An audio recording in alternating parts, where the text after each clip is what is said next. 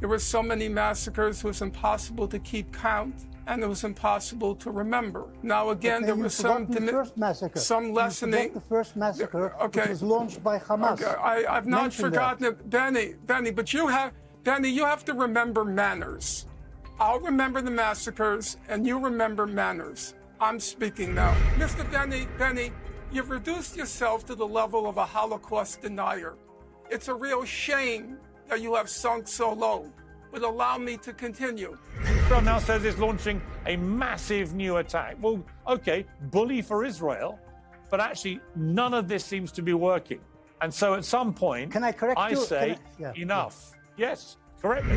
Ladies and gentlemen, buckle up because what you're about to witness on Piers Morgan Uncensored isn't your usual one-on-one debate. It's Benny Morris scrambling to save face in a desperate two-on-one cage match. Can you believe it? Even Piers Morgan, yes, the man known for flipping sides faster than a pancake at IHOP, has finally jumped ship from Israel's PR disaster. Benny Morris is so tangled in his own contradictions, denying the obvious while accidentally confirming moments later. He practically wrote the textbook of double standards live on air, you'll see. Meanwhile, normal Finkelstein didn't just show up, he brought the receipts, called out Benny Morris' hypocrisy, and landed punch after intellectual punch. Who knew we'd see the day where Piers Morgan not only grew a conscience but teamed up with Finkelstein to call out Israel's crumbling narrative. Welcome to the Twilight Zone, folks. Grab your popcorn because this sinking ship of Israeli propaganda just lost another lifeboat. Let's jump in. Many of Israel's backers attacking me with the same venom that pro-Palestinians tend to do, and they don't like what I have to say the other way around. So let me just be clear again. I don't pick sides. I try to follow the facts and call out extremism on both sides. When facts change, so do my opinions. And if your opinions don't change when facts change, then maybe you're the problem, not me. What is clear to me is that what started as a justified war, Israel's right to defend itself against a horrific terrorist attack, has become something that has crossed any line. And that is why this war has got to end, and it has to end very soon. Benny Morris, I mean, do you at least accept that it is wrong that journalists are not allowed in there? I completely agree with you, Piers. The government has made a terrible mistake in not allowing journalists in, and whoever dies there dies, but they should have allowed them in. But I would like to make a comment about what your previous guest was saying. He said he spoke about objectivity or something. The man is a total Hamas propagandist. Half the things he said were outright lies. Lots of doctors have been abducted and have disappeared is total nonsense. I know of one or two cases of doctors who were taken to an Israeli detention center. What happened to them afterwards, I don't know. I don't think they've been killed. I think they're under arrest for whatever reason. But so they could have been abducted. Many doctors have been... Doctors you're basically agreeing with him, aren't you? No, I'm not. I'm saying that he talked about. You just said you know of some doctors who were detained. You have no idea what happened to them. I know of one or two doctors. You're confirming his story.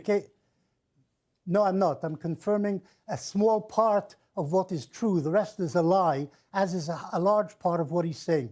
Had Israel wanted to kill all the Palestinians, that's what genocide actually means, there would have been many, many, many more deaths in Gaza. Each time Israel launches an air raid, we hear of the Palestinians saying 24 people have died, 30 people have died, and I'm sure many of them are civilians, but I'm also sure that the Air Force going in against these targets is attacking Hamasniks. We never hear from the Hamas how many of their people are being killed in these strikes. All we hear about and all we see on television is dead babies and dead women. They never show grown male, army-aged males being taken out of these ruins.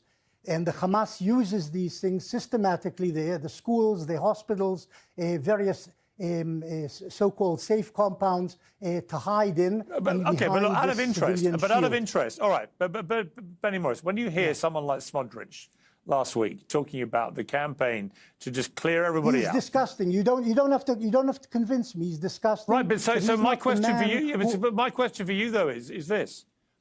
All right, he's disgusting. What he said was disgusting. Yes. What he said was also genocidal. Whereas you do not believe it's genocide that's going on, he clearly is talking in a way which made me believe that actually maybe the intention is genocide. It may not be the death of absolutely everybody, but it means killing a lot of Palestinians and kicking the rest out of the area. And that is a genocide. No. A genocide is something which is top-down government policy and carried out systematically. That's not what is happening. He is definitely, some of his speeches are genocidal. I don't know what he means exactly. And there are other ministers who speak like him, and they shouldn't be doing that. And they may even have a genocidal mentality, but they do not control government policy, and they do not control what the army is doing. That's done by the generals, and unfortunately, in my mind, by a man called Netanyahu, who's totally corrupt and incompetent.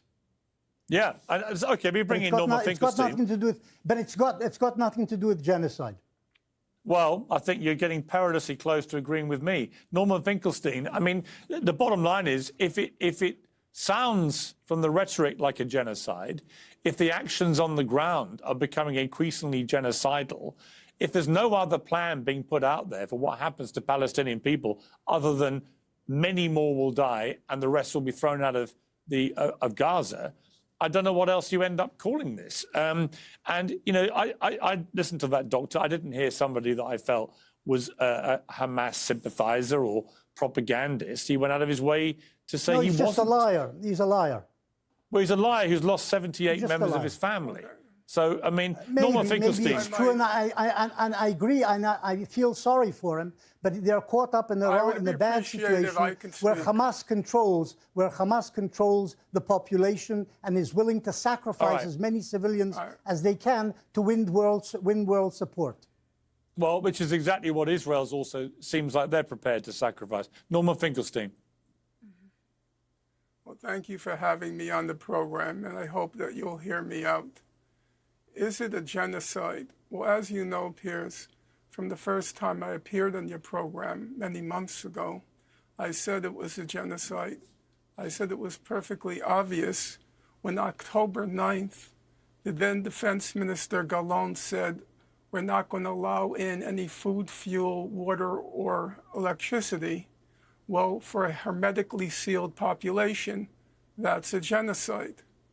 When the head of state, Mr. Netanyahu, compared the current situation with Amalek and invoked the biblical reference, it was clear, as the Israeli human rights organization B'Tselem put it, that he was talking about genocide.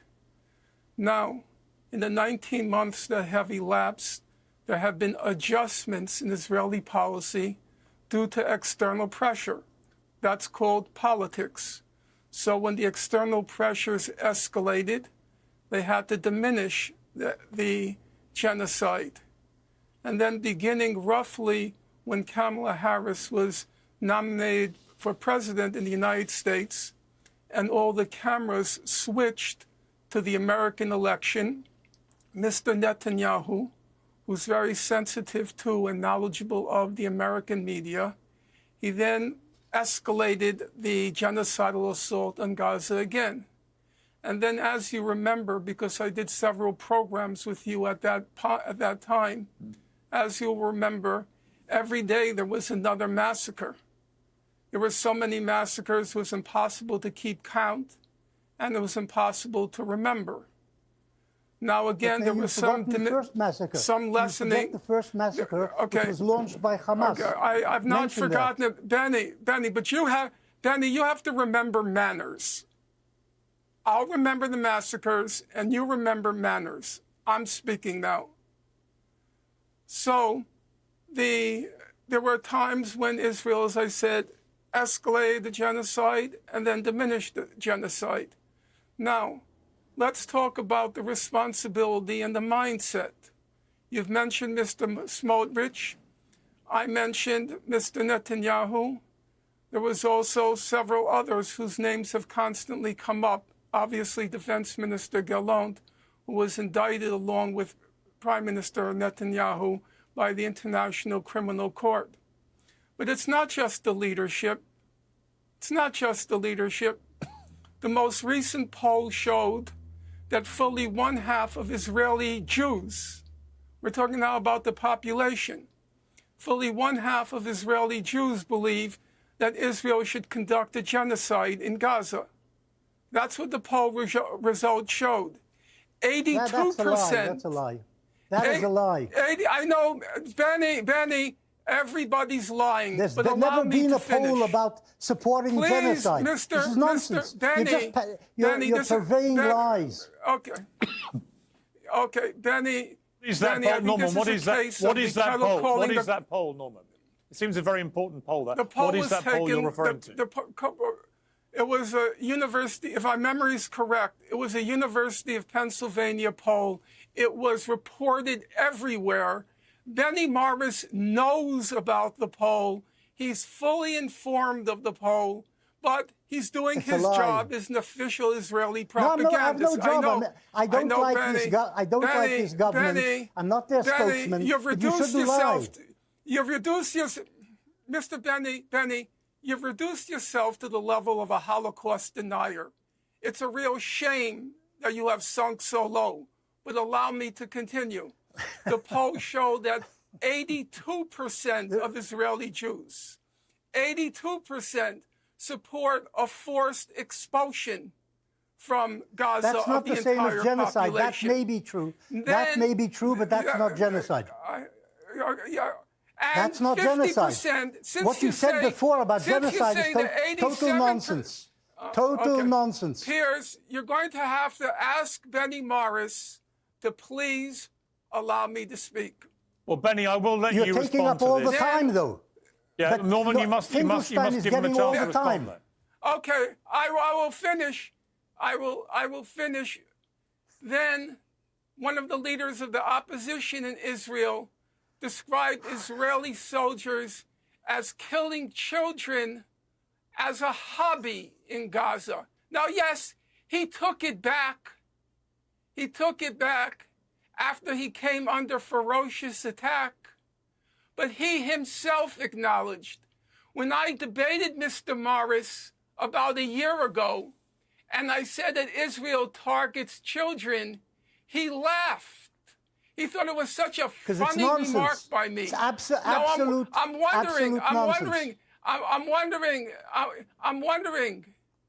after the foreign doctors in Gaza, after the foreign doctors in Gaza attested that the children were being shot in the head and the chest, and when one of the leaders of the opposition in Israel said that the Israeli soldiers kill children as a hobby. I must let Benny respond, Norman. I must let Benny respond. Benny. There has never been a poll asking Israelis whether they support genocide. This is a total lie, and the 50% figure is also something completely out of Norman Finkelstein's imagination, his twisted mind, actually.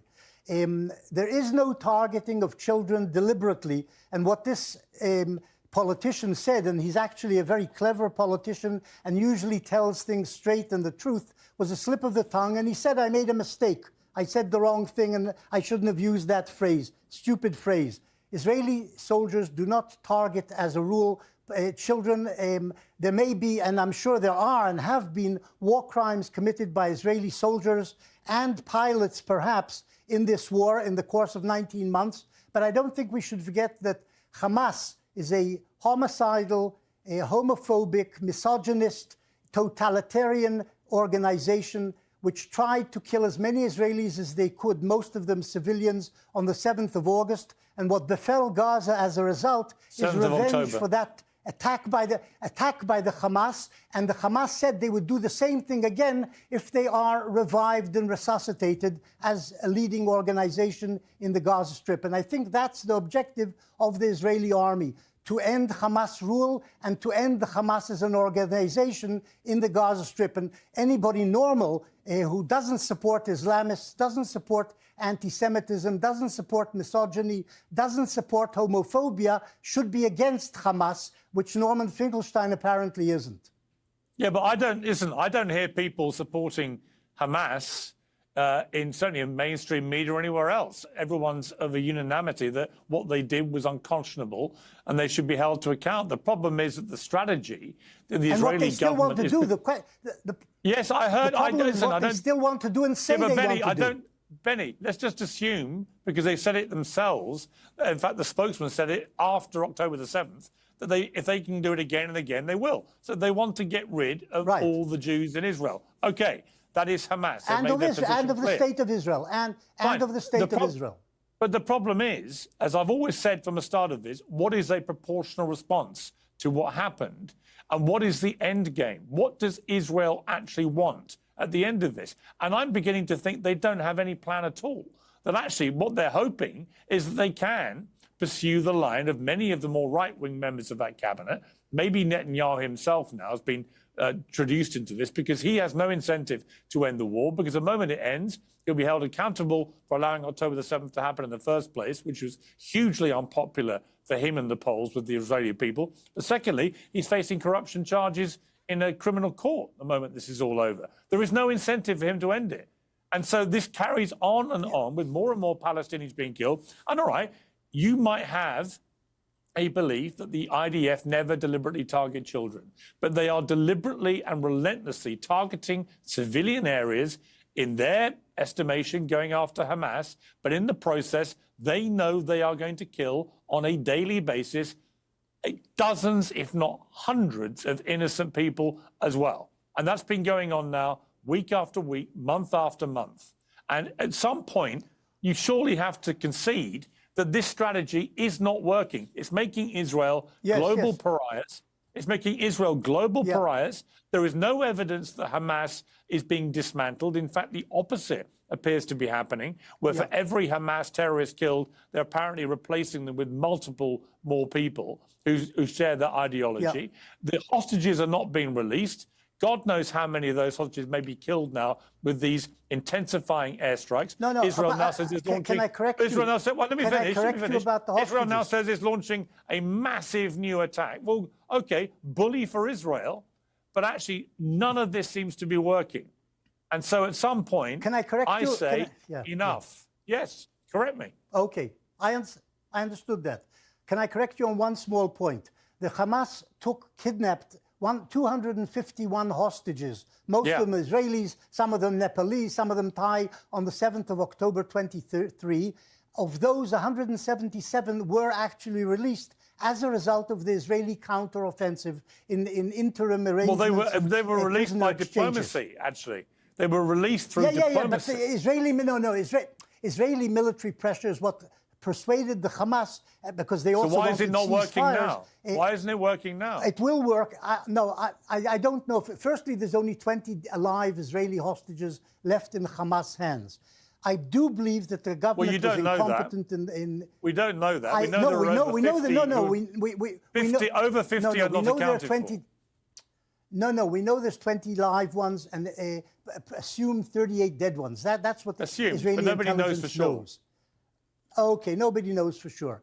The government now, which was incompetent and I think incompetently managed this war, that's why it stretched out for so long. Though don't forget, we also had a war with Iran and with Hezbollah, and we continue to have a war with the Houthis from Yemen. So it's not just been Israel focusing only on Gaza. But but in the war, if I may say, before I go back to Norman, with the war with Hezbollah, that was a scenario where Israel, in terms of military operation, brilliantly targeted 3,000 Hezbollah terrorists in a way that begs the question, why could they not have done a similar operation on Hamas? And I've heard all the excuses and explanations and arguments, but in one case, Israel has now, since October the 7th, 2023, just launched endless strikes and assaults on civilian populations in Gaza,